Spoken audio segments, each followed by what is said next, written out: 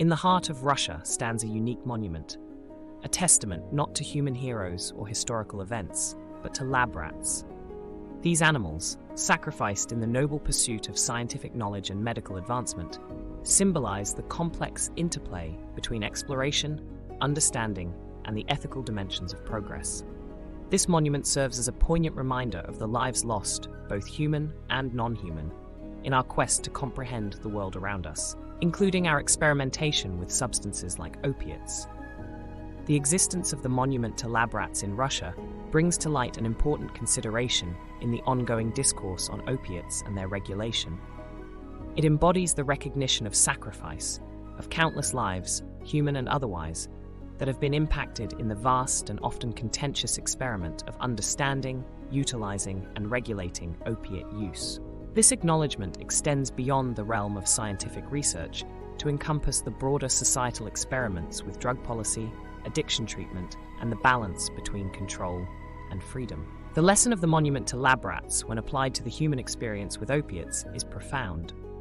It suggests that perhaps the most fitting response to the challenges we face is not further control, regulation, or combat, but rather a collective pause, a moment to reflect on the path we have taken and the lives altered or lost along the way.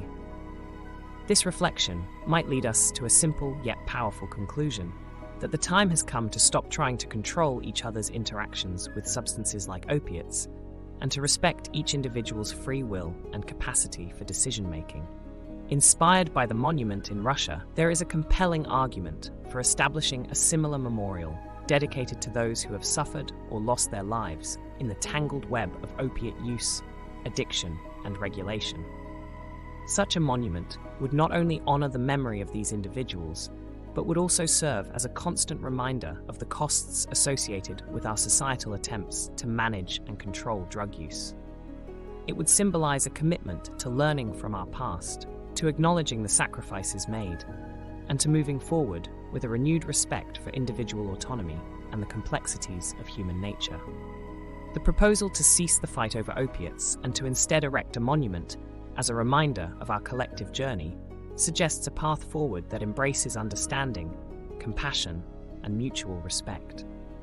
It invites us to reconceptualize our relationship with the natural world, including plant medicines, as a source of healing, insight, and connection. By recognizing the limits of control and the value of individual freedom, we open the door to a future where we can live our lives more fully, exploring the mysteries of the universe and our place within it through a respectful and mindful engagement with all that nature offers. In this spirit, the call to action is clear: to honor the lives touched by the opiate experience through remembrance and reflection, to put aside the instruments of control, and to embrace a future guided by the principles of freedom, respect, and a deepened connection to the natural and chemical worlds. This approach not only pays homage to those who have come before us, but also lays the groundwork for a more compassionate, understanding, and respectful society. The historical arc of opium, from its ancient medicinal uses to the contemporary crises of synthetic opioids like fentanyl, alongside the geopolitical narratives of drug trade, offers profound insights into the complexities of human interaction with narcotics. The enduring struggles and patterns identified in this comparative analysis illuminate not just the cyclical nature of drug epidemics, but also the often paradoxical responses of governments to these challenges. Drawing from the lessons of the past, particularly the inability of the Chinese government to quell its opium epidemic and the British Empire's exploitation of this weakness, a provocative conclusion emerges regarding the United States' approach to modern drug crises. It is worth noting, though, that in discussions about the Opium Wars, that we entirely ignore the fact that the British Empire sought to address their own drug problem.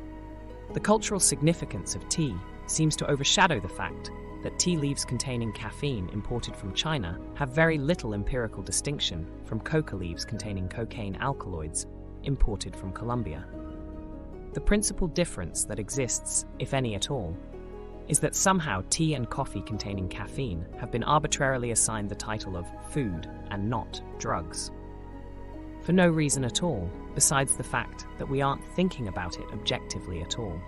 The Opium Wars are framed in mainstream history as an act of aggression by the British Empire towards China to balance the budget due to how much Chinese tea they were importing. It seems that it could just as easily be framed that China started the caffeine wars by getting those poor British people addicting to tea to go with their crumpets. The reality of the situation is there are no good or bad people involved. As much as humanity operates indistinguishably from lab rats when it comes to the interaction with these chemicals, but we consider ourselves to be above the animal kingdom, because the maze that of the human rat race exists without borders. We are trapped in a maze in the shape of a sphere, where there is no way to escape. The modern narrative suggests that, having confronted the moral and ethical dilemmas associated with perpetuating drug epidemics, the United States, through actions and policies, appears to have adopted a strategy that, if not directly endorsing, then tacitly accepts the utility of joining an epidemic if it cannot be outright beaten. This perspective gains further traction when considering the establishment of J-Code, Joint Criminal Opioid and Darknet Enforcement, by Jeff Sessions in 2019. Ostensibly created to combat the opioid crisis by targeting dark web marketplaces, the task force's effectiveness and objectives have been subjects of scrutiny, especially in light of cases like that of Colby Cop, which suggest a complex interplay between law enforcement and the very elements it seeks to eradicate.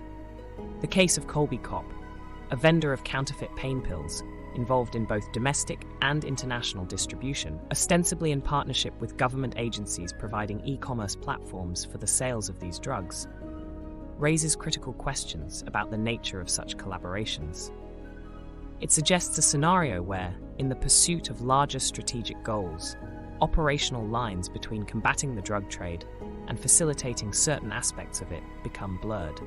This case, and the broader implications of J-Code's operations, potentially foreshadow a nuanced and potentially troubling strategy in addressing the opioid epidemic, one that may prioritize tactical gains over ethical considerations and public health outcomes. As this article concludes, it is imperative to reflect on the implications of these findings for the future of drug policy and the ethical boundaries of governmental intervention in drug epidemics. The historical patterns and current realities of the drug trade demand a reassessment of strategies that go beyond traditional enforcement and prohibitionist approaches. Instead, there is a need for policies that acknowledge the complexity of drug addiction and trafficking, prioritize harm reduction, and maintain ethical integrity in the face of profound societal challenges. Perhaps, if any resounding truth can be drawn from this overview, is that just as the distinction between food and drugs is likely a figment of our imagination, the distinction between good actors and bad actors in the drug war paradigm are equally fictitious. There are no good guys or bad guys, only rats running through a maze that has no exit looking for cheese, repeating behaviors that have rewarded them before, and learning from trial and error.